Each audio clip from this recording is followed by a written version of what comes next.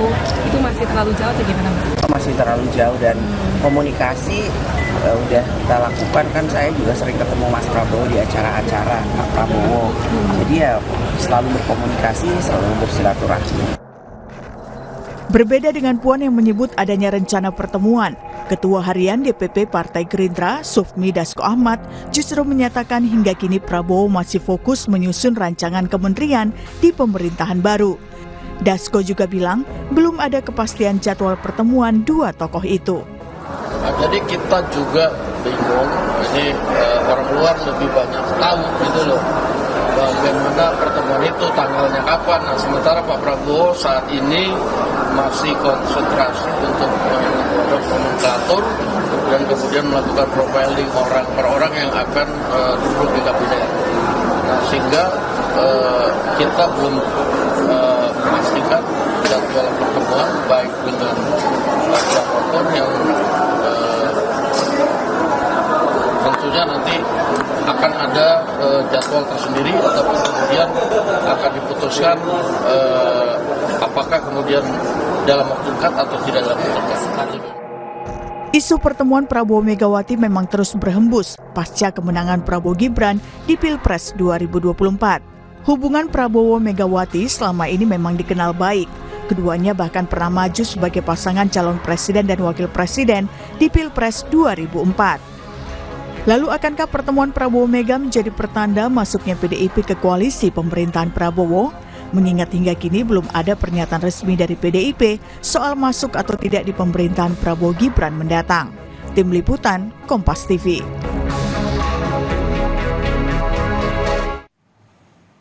Ketua DPP PDI Perjuangan Puan Maharani mengakui akan ada pertemuan Prabowo Subianto dan Megawati Soekarnoputri. Pertemuan direncanakan berlangsung sebelum pelantikan Prabowo Gibran pada 20 Oktober mendatang. Lalu akankah pertemuan ini menghasilkan kesepakatan bergabungnya PDI Perjuangan ke pemerintahan Prabowo Gibran atau ada hal lain yang menjadi target pertemuan ini? Kita bahas soal ini bersama sejumlah narasumber. Ada politisi PDI Perjuangan Seno Bagaskoro, lalu Bendahara Umum Relawan Pro Jokowi Panel Barus, dan analis politik Universitas Paramadina Ahmad Khairul Umam. Selamat pagi Bapak-Bapak. Selamat pagi semuanya. Mas. Oke. Assalamualaikum. Waalaikumsalam warahmatullahi wabarakatuh. Saya ke Mas Seno dulu. Jadi udah ada ancang-ancang pertemuannya Mas Seno kapan antara Bu Mega sama Pak Prabowo nih? Tanggal teknisnya belum ya, dan memang layak ditunggu karena percakapannya semakin menghangat dari banyak pihak yang menyampaikan terkait situasi tersebut.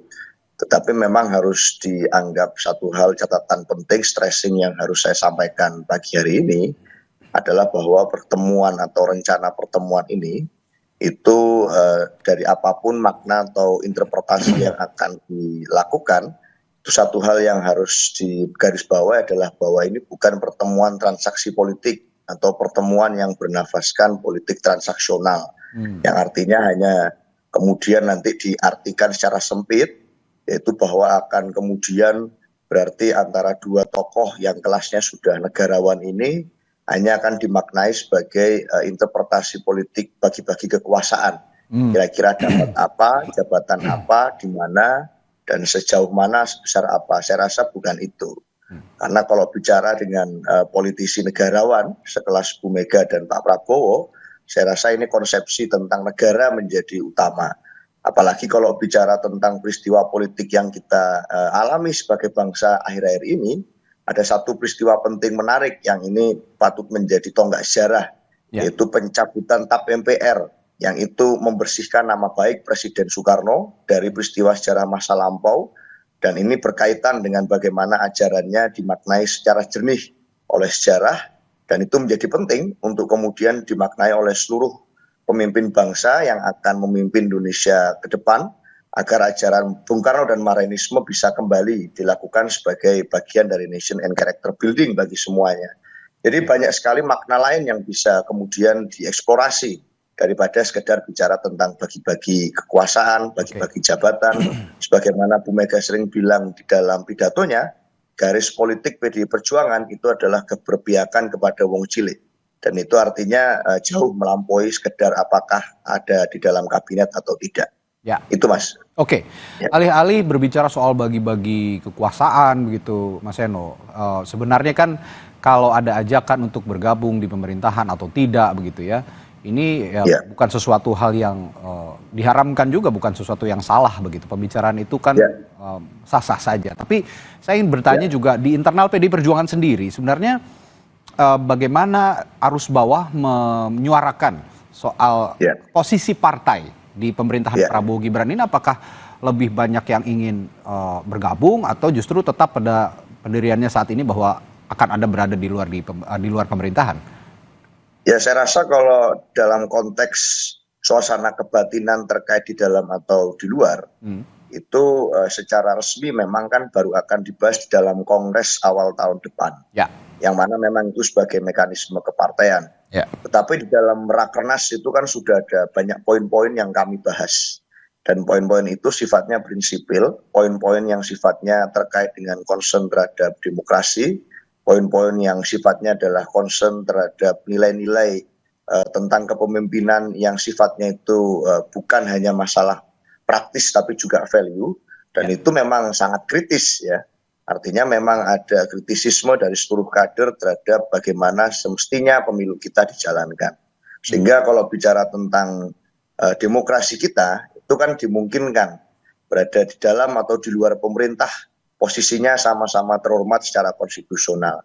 Tetapi kalau bicara di dalam pilkada, kita bisa melihat bahwa antara Ibu Megawati Soekarno Putri dan Pak Prabowo, beliau berdua dalam posisi sebagai sesama ketua umum partai, apakah itu Ketua Umum PDI Perjuangan dan Ketua Umum Gerindra, ini kan di pilkada serentak ini menjadi satu ekspresi politik bahwa hubungan politik antara kami dengan Gerindra sangat baik-baik saja. Ya. Faktanya bahkan dari 545 daerah yang dilaksanakan pilkada, itu ada setidaknya 9% itu daerah yang kami bekerja sama dengan Gerindra, mengusung kader bersama-sama. Artinya ini kan menjadi satu cerminan bahwa kerjasama politik antara Bu Mega sebagai Ketua Umum PDI Perjuangan dan Pak Prabowo sebagai Ketua Umum Gerindra ini berjalan dengan baik. Artinya kalau mau konsisten pada spirit Pancasila, jadi kalau beberapa kali disampaikan, oh ini spirit persatuan Indonesia. Saya sampaikan bahwa Pancasila itu harus dimaknai sebagai satu tarikan nafas. Karena PDI Perjuangan ini dipandu oleh ideologi dan saya yakin spektrum ideologi Pancasila itu juga dipahami oleh Pak Prabowo. Maka namanya Persatuan Indonesia baru akan jadi paripurna kalau juga berjalan dengan kemanusiaan yang adil dan beradab. Dan bukan kekuasaan yang ambisi dan membabi buta. Persatuan Indonesia baru akan bisa dilakukan dengan paripurna kalau terjadi bersamaan dengan keadilan sosial bagi seluruh rakyat Indonesia. Bukan kekeluargaan atau keadilan sosial bagi keluarga orang tertentu saja. Jadi ini ditarik satu pengertian menjadi satu kesatuan tarikan nafas, baru menjadi paripurna. Persatuan baru bisa kalau itu terjadi secara satu tarikan nafas. Nah, saya kira Bu Mega dan Pak Prabowo sangat paham itu. Dan yang saya garis bawahi bahwa hubungan PDI Perjuangan dan Gerindra hingga saat ini seperti yang Anda katakan, Bung Seno, baik-baik saja, hubungan Bu Mega dengan Pak Prabowo juga baik-baik saja, sehingga komunikasi itu ya tidak ada hambatan sedikit pun sepertinya untuk dilakukan. Saya ke Bung Panel. Bung Panel, menurut Anda seberapa penting pertemuan Prabowo dan Mega ini harus digelar dalam konteks pemerintahan 5 tahun ke depan? Ya, Pak Prabowo Subianto adalah seorang pemimpin yang patriotik, memegang teguh komitmen, dan percaya bahwa politik persatuan adalah sebuah keniscayaan. Dan jalan politik persatuan itu telah ditempuh oleh Pak Prabowo bersama dengan Pak Jokowi sejak 2019 yang lalu, gitu ya. Kita tahu bahwa dua tokoh ini pernah berkontestasi dengan cukup keras ya di 2 kali pemilu. Tapi dengan kesadaran dan sebuah keyakinan bahwa jalan politik persatuan adalah sebuah kebutuhan bagi bangsa ketika ingin lompat menjadi bangsa yang maju, maka jalan politik persatuan itu ditempuh oleh kedua tokoh tersebut dengan mengesampingkan ego masing-masing. Dan kita bersama-sama ya bersama dengan rakyat menyaksikan secara langsung bahwa ternyata jalan persatuan ini memiliki manfaat yang luar biasa. Ya, 2020 kita mengalami sebuah disrupsi, mengalami sebuah krisis karena pandemi COVID. Alhamdulillah para pemimpin kita telah bersatu sehingga ekses dari pengelolaan COVID ini bisa dilakukan dengan baik dan kita sebagai sebuah bangsa bisa menjadi bangsa yang mengelola dampak pandemi COVID salah satu yang terbaik di dunia. Kita tidak bisa bayangkan itu apabila kita sedang mengalami sebuah krisis, mengalami sebuah problem besar dari sebuah bangsa, kemudian para pemimpinnya tidak memiliki sebuah kekompakan gitu ya, seperti apa kemudian dampaknya gitu. Ya. Nah, yang berikutnya Pak Prabowo sendiri juga sering menyampaikan dalam pidato-pidatonya gitu loh ya. Kenapa kemudian jalan politik persatuan ini menjadi satu jalan yang harus ditempuh? Karena Pak Prabowo mengatakan bahwa rakyat kita ini ingin ya melihat para elitnya, para pemimpinnya akur, guyup dan rukun. Saya pikir dalam konteks ini Pak Prabowo sedang menjalankan apa yang menjadi kehendak rakyat. Dan lihat seperti itu. Baik. Gitu. Baik, Bung Panel, tadi yang saya garis bawahi dari pernyataannya Bung Seno adalah hubungan Pak Prabowo dengan Ibu Mega ini baik-baik saja, hubungan PDIP dengan Gerindra baik-baik saja. Tapi publik melihat hubungan Ibu Mega dengan Pak Jokowi yang mana ya kita tidak bisa memisahkan Pak Prabowo itu bahwa Pak Jokowi ada di belakang Pak Prabowo. Nah, apakah makna pertemuan ini bisa diartikan macam-macam? Tapi yang saya tanyakan, apakah Anda memaknai bahwa Pak Jokowi merasa ditinggalkan atau justru Pak Prabowo ingin menengahi hubungan yang tidak baik-baik saja antara Ibu Mega dengan Pak Jokowi? Saya pikir tidak ada pikiran itu ya. Mas Gibran adalah wakil presiden terpilih ya yang akan mendampingi Bapak Prabowo Subianto ke depan. Dan Mas Gibran juga secara secara karakter adalah satu ya pemimpin muda yang loyal, yang memiliki rasa hormat yang tinggi terhadap para senior, dan pemimpin muda yang cepat beradaptasi, cepat belajar. Saya pikir tidak ada pikiran-pikiran bahwa kemudian Pak Prabowo ketika bertemu dengan Ibu Mega kemudian meninggalkan, nggak ada itu. Kita memiliki satu kesadaran bahwa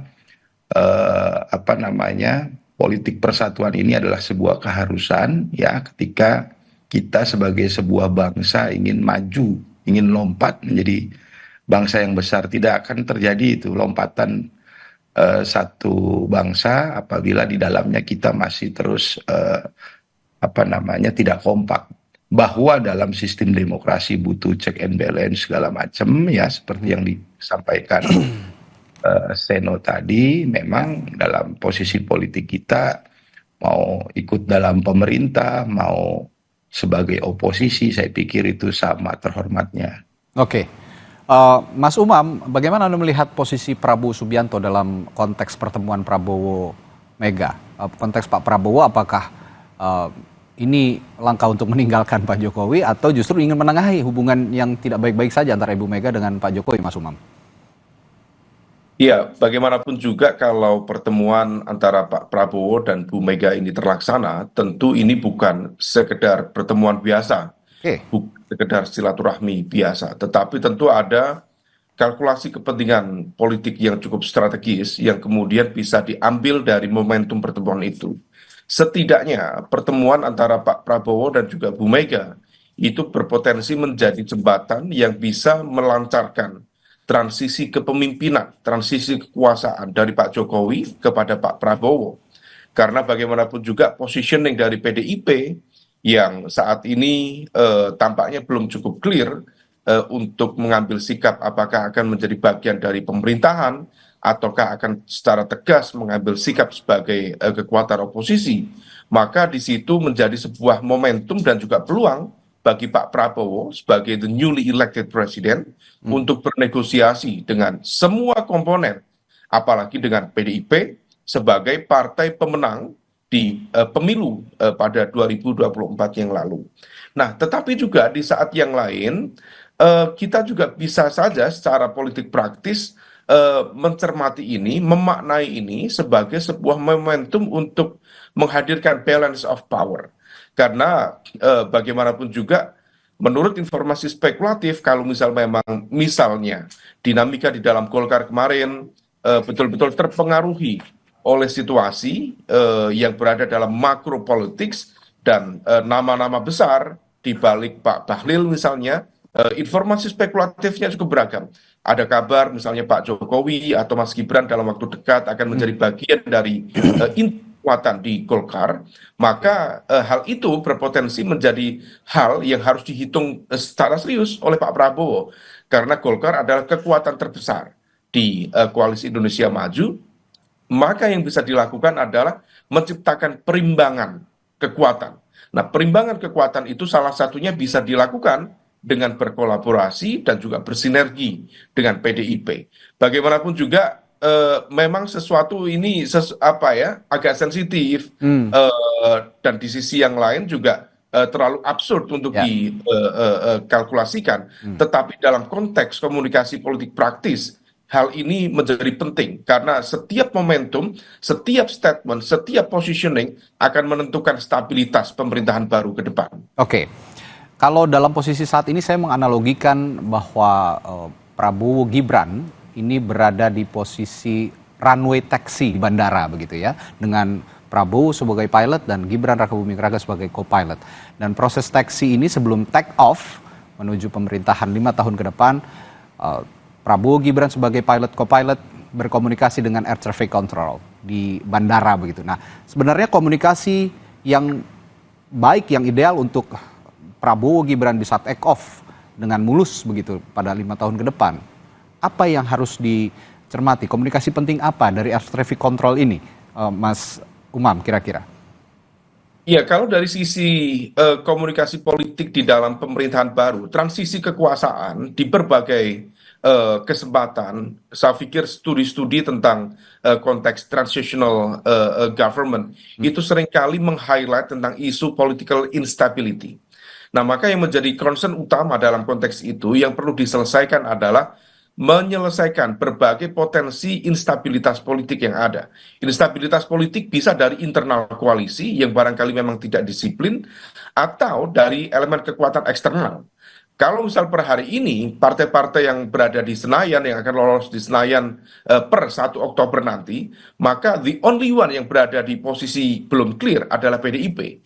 Nah, maka komunikasi tadi dengan petugas yang kemudian berpengaruh besar ya dalam konteks makro politik yang tadi disampaikan, maka menjadi sangat strategis untuk dilakukan. Meskipun menurut informasi spekulatif, komunikasi itu juga sebenarnya sudah dilakukan. Info yang kami terima misalnya, tersebar informasi, misalnya ketika kemudian kemarin revisi Undang-Undang Pilkada, itu sudah ada komunikasi antara Pak Prabowo dengan Bu Mega. Hal itu sudah dilakukan, meskipun kita tidak tahu persis apakah face to face ataukah at least by telepon. Nah, oleh karena itu ini menjadi sebuah sinyalemen yang positif dalam konteks upaya menciptakan stabilitas politik bagi kelancaran pemerintahan baru, tetapi di dalam konteks politik praktis, barangkali ini juga bisa menjadi sebuah wake up call. Barangkali kalau misal kemudian ada situasi yang kurang kurang stabil atau kurang pas, maka ini bisa menjadi perimbangan yang tadi kemudian disampaikan. Karena per hari ini Pak Prabowo dengan Bu Mega memang tidak ada masalah secara komunikasi politik, tidak ada sebuah political resistance secara prinsipil. Tetapi diakui atau tidak, memang ada kendala komunikasi per hari ini antara Bu Mega, PDIP, dengan Pak Jokowi. Nah, maka kalau misal kemudian ada situasi yang kemudian seolah menyiratkan makna informasi yang mana Pak Jokowi barangkali dengan kekuatan baru di Golkar dengan jaringan kekuatannya berpotensi kemudian mendrive lebih kuat di pemerintahan baru, maka koalisi dalam konteks ini kebersamaan antara Pak Prabowo dan juga Bu Mega bisa dimaknai sebagai sebuah political warning dalam konteks supaya perimbangan tadi tetap terjadi, tidak ada yang mendominasi dan juga tidak ada kekuatan yang mengkooptasi sebuah proses kekuasaan baru yang akan berjalan. Oke, Bung Panel, jadi kalau begitu Anda apakah juga punya pandangan yang sama atau Anda setuju jika memang Pak Jokowi ini sebetulnya sebaiknya ini menjalin komunikasi kembali dengan Ibu Mega untuk memuluskan perjalanan politik atau perjalanan pemerintahan Prabowo Gibran 5 tahun ke depan, Bung Panel? Ya, yang pertama yang perlu saya ingatkan bahwa Pak Prabowo Subianto dalam memimpin Indonesia ke depan itu akan didampingi oleh Mas Gibran Rakabuming Raka ke depan. Ya. Ya, dan saya pikir hal yang perlu kita gelorakan hari ini adalah jalan politik persatuan yang sudah digariskan oleh para pemimpin kita, Pak Prabowo, Pak Jokowi sejak 2019 lalu. Ini terus kita jaga secara bersama-sama. Kita semua termasuk media, termasuk Mas Umam selaku pengamat, juga punya kewajiban yang sama dalam menjaga persatuan nasional kita. Karena kita harus sama-sama yakin, dan hanya dengan persatuan nasional lah kemudian bangsa ini bisa lompat maju. Kita jangan kemudian dengan hasrat pribadi kita gitu ya, berfantasi ya sesuatu hal yang bisa memecah belah gitu loh. Saya pikir fantasi-fantasi liar pribadi kita itu harus dibatasi gitu ya. Dan upaya-upaya pecah belah Jokowi Prabowo ya dengan fantasi nanti kalau begini bagaimana, kalau begini bagaimana, kalau ini banyak sekali ya, pecah belah Pak Prabowo dengan Mas Gibran. Saya pikir itu semua akan mengalami satu kegagalan ya dalam prakteknya, dan itu tidak baik juga buat kita semua gitu loh. Dan saya juga ingin menyampaikan bahwa ketika ada satu pertemuan, ada satu silaturahmi antar tokoh ya, siapapun itu, Pak Prabowo dengan Ibu Mega misalnya ya, itu satu hal yang normal, satu hal yang baik bagi kelangsungan hidup berbangsa. Dan ada keinginan tadi bahwa pertemuan-pertemuan itu tidak ditangkap sebagai satu pertemuan yang hanya sekedar mengedepankan transaksi politik. Saya pikir itu hal yang baik. Nah, memang bagaimana kemudian supaya pertemuan tersebut tidak diinterpretasikan sebagai pertemuan yang berujung transaksi politik. Maka pertemuan itu harus memahami bahwa sebuah persatuan itu tanpa syarat, tanpa tapi gitu loh. Kita siap bersatu, tapi kita siap bersatu, tapi kita siap bersatu syaratnya begini. Nah, itu saya pikir untuk menghindari interpretasi yang seperti itu, saya pikir itu hal yang penting juga. Gitu loh. Kalau begitu saya kembali ke analogi saya tadi, bahwa saat ini Prabowo Subianto dan Gibran Rakabuming Raka yang sedang berada di runway taxi sebagai pilot and co-pilot gitu, mengharapkan Megawati Soekarno Putri dan Joko Widodo menjadi VVIP passenger untuk bersama-sama take off 5 tahun ke depan. Bagaimana PDIP memaknai analogi saya ini? Saya akan tanyakan kepada Mas Seno setelah jeda. Tetaplah bersama kami di Sapa Indonesia Pagi.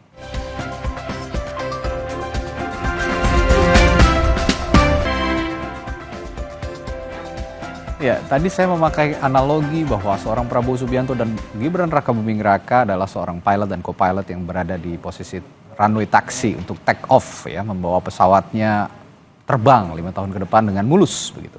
Nah, tadi saya bertanya ke Mas Seno, kalau Pak Prabowo dan Gibran kalau gitu bisa saja berharap bahwa Ibu Megawati dan Pak Jokowi ini berada dalam satu pesawat sebagai VVIP passenger atau penumpang yang sangat spesial di pemerintahan Pak Prabowo dan Gibran 5 tahun ke depan. Bagaimana Anda memaknai analogi yang saya sampaikan ini, Mas Seno?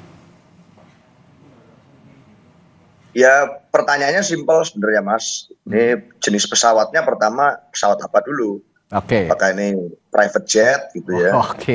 apakah pesawat Airbus gitu. Karena kan kalau bicara saat ini kan kayaknya kan Airbusnya sudah penuh sisa ini. Bahkan kayaknya kelebihan penumpang sudah ini saat ini. Oke. Jangan-jangan malah kelebihan kapasitas kalau harus tambah-tambah lagi nanti. Apakah nggak akan menyebabkan turbulensi semakin parah? Oke. Yang kedua adalah bagaimana dengan SOP penerbangan pesawatnya gitu. Aturan main penerbangannya seperti apa gitu. Apakah ini sudah ada ketetapan yang pasti di SOP-nya?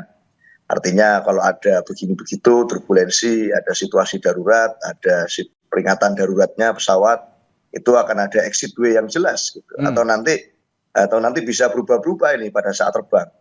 Itu kan takut juga penumpangnya kalau tiba-tiba di tengah penerbangan bisa berubah-berubah. Hanya karena ya kan ada penumpang khusus lalu bisa berubah-berubah. Nah, jadi buat kami itu jadi penting ya buat penumpang pesawat siapapun itu sebelum memutuskan untuk naik atau tidak.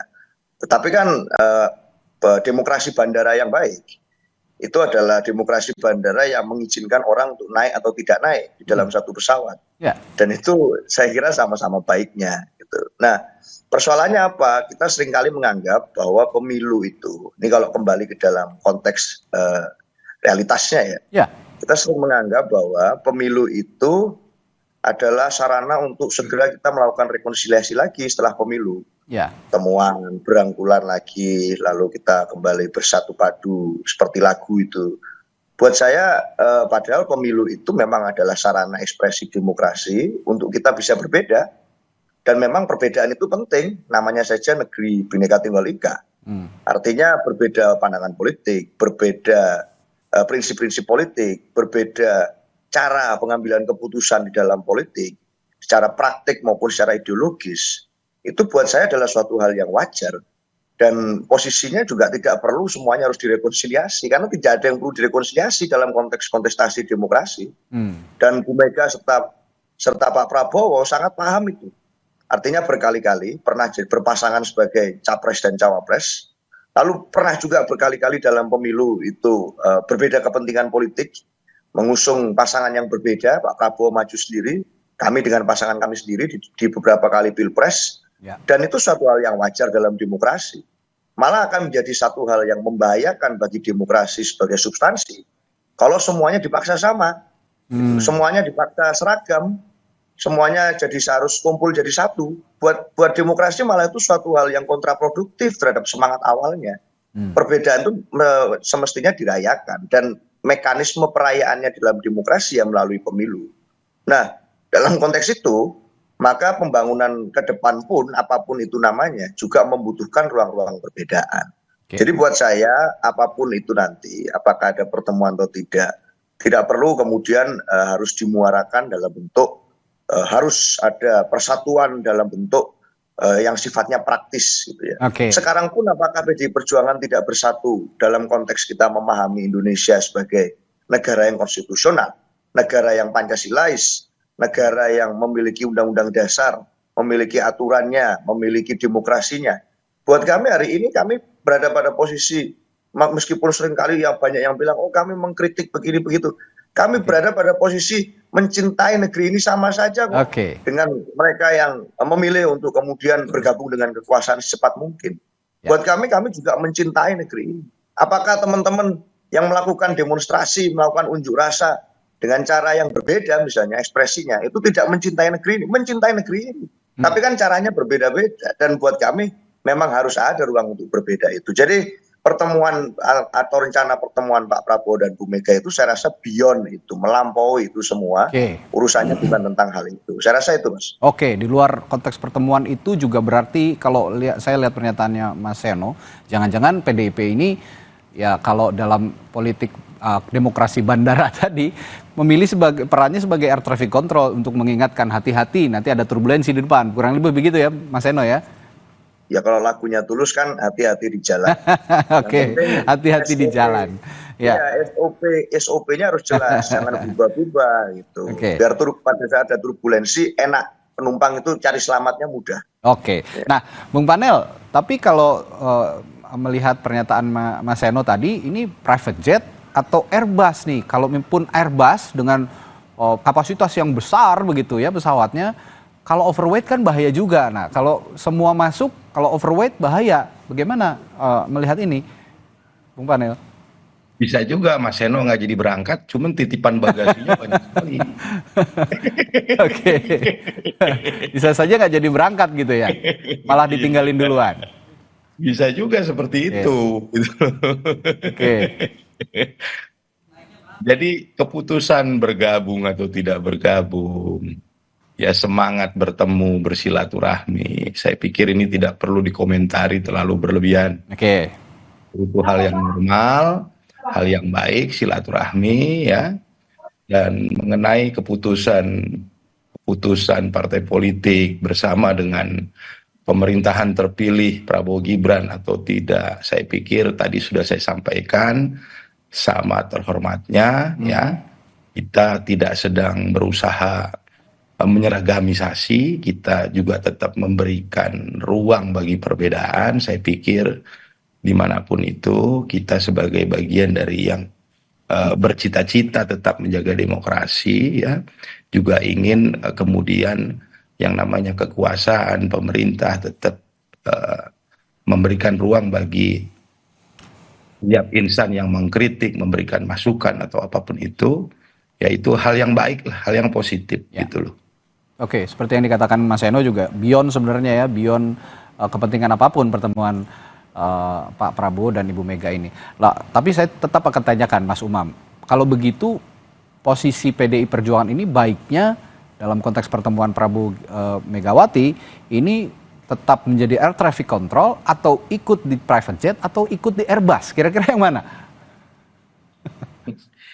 Ini agak kompleks ya.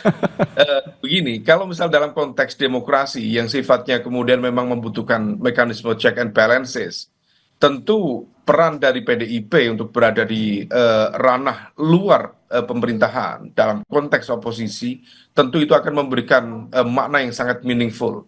Karena bagaimanapun juga tata kelola pemerintahan yang baik, kalau misal tidak diimbangi dengan check and balances, itu most likely akan cenderung corrupt.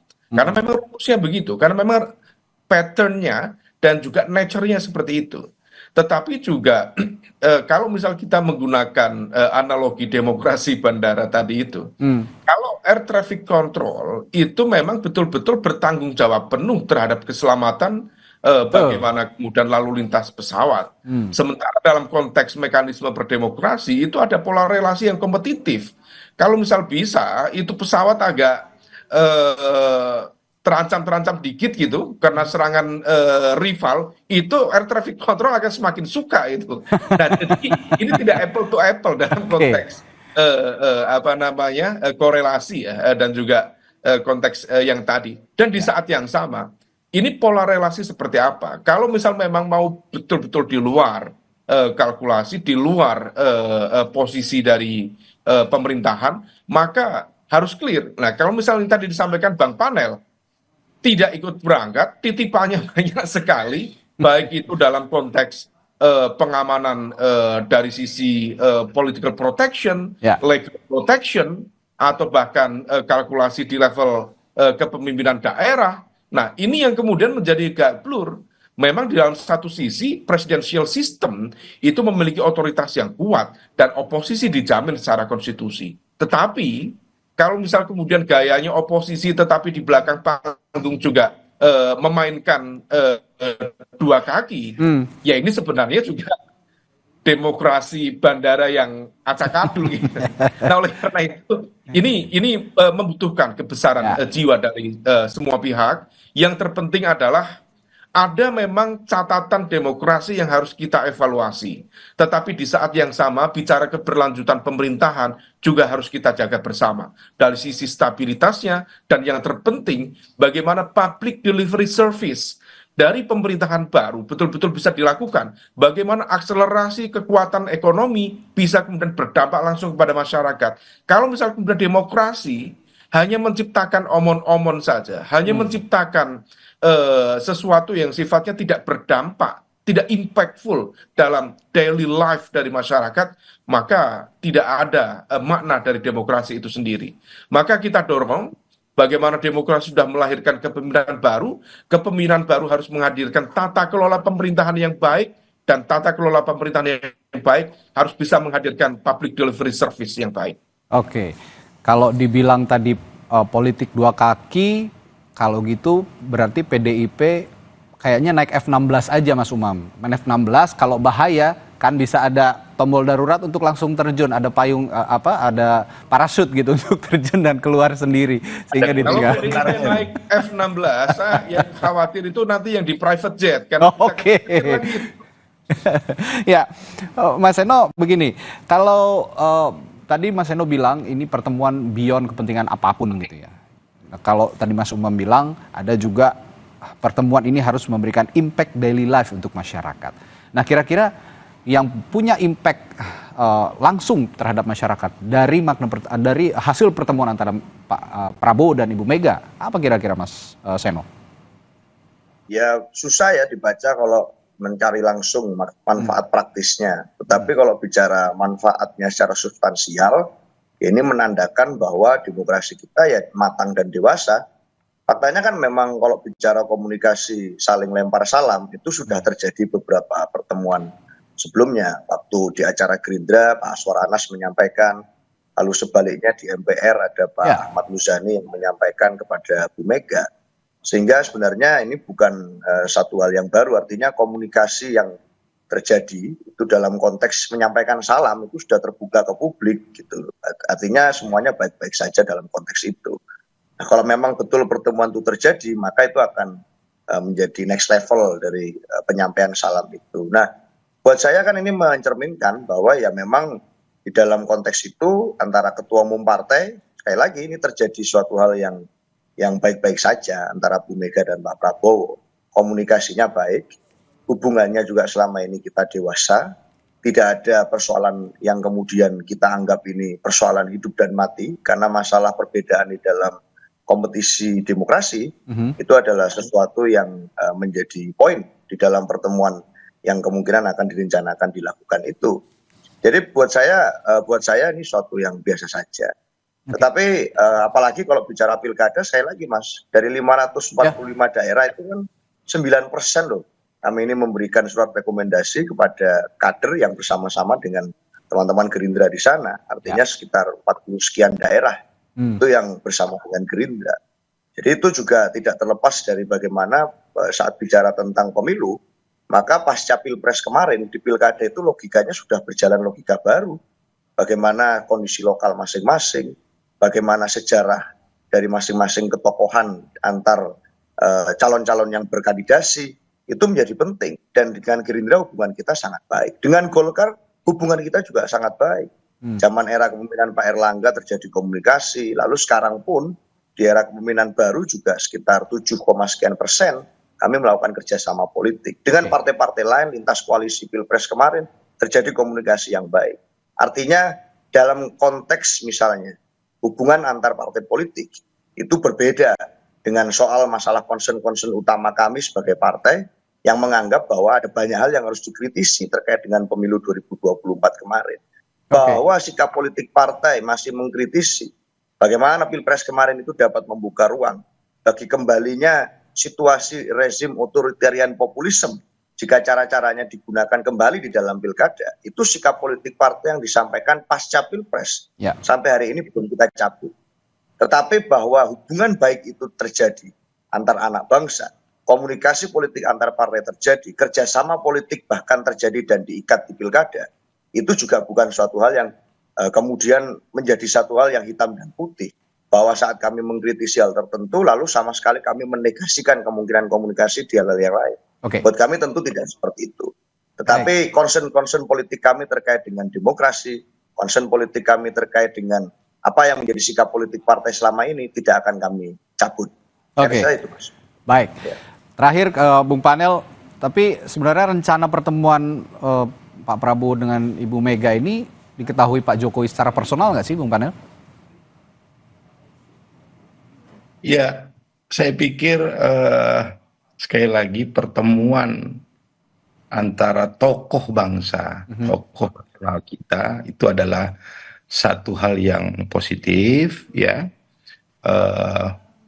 Pak Jokowi, Pak Prabowo telah mempertontonkan sebuah politik persatuan sejak 2019. Jadi saya pikir apa yang sedang dilakukan oleh Pak Prabowo hari ini adalah satu bagian dari tugas sejarah yang sedang dia lakukan dalam menjahit seluruh kekuatan bangsa menjadi satu. Ya. Dan sekali lagi saya sampaikan bahwa Pak Prabowo juga sering menyampaikan bahwa rakyat ingin sekali melihat pemimpinnya kompak, guyup, rukun, karena ini satu kekuatan. Itu artinya ketika Pak Prabowo menjalin komunikasi dengan semua tokoh, ini artinya Pak Prabowo sedang menjalankan kehendak rakyat. Karena kami yakin Pak Prabowo adalah pemimpin yang setia di garis rakyat. Baik, berarti intinya misinya adalah take off dengan sempurna, dengan mulus untuk mengarungi pemerintahan 5 tahun ke depan dari Prabowo Gibran, termasuk langkahnya adalah berkomunikasi dengan Megawati Soekarno Putri sebagai Ketua Umum PDI Perjuangan. Terima kasih para narasumber saya pagi hari ini, politisi PDI Perjuangan Seno Bagoskoro, lagu Panel Barus, Bendahara Umum Projo, serta analis politik dari Universitas Paramadina Ahmad Khairul Umam telah berbagi perspektifnya pagi hari ini. Sehat selalu Bapak-Bapak, sampai jumpa lagi. Terima kasih Mas. Pagi. Saudara, setelah jeda di Sapa Indonesia Pagi, ada informasi dari produk susu ikan yang diusulkan sebagai bagian menu makan bergizi gratis. Apakah susu ikan cukup nutrisi untuk anak-anak?